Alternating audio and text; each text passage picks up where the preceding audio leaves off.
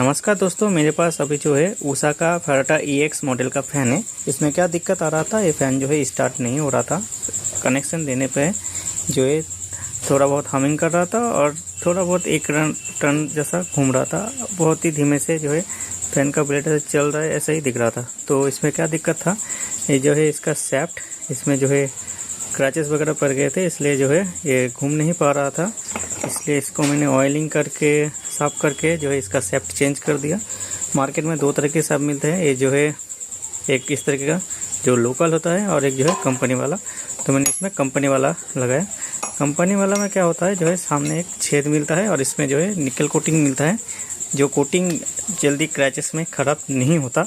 तो मैंने वही लगाया और ये जो है आपको दिखाने के लिए, जो इसमें जो है छेद मिलता है, इससे क्या होता है, अगर जो है आपका ब्लेड कभी कभार लूज़ हो जाए तो ऐसे गिरता नहीं है, पकड़ के रखता है। तो यही काम में आता है।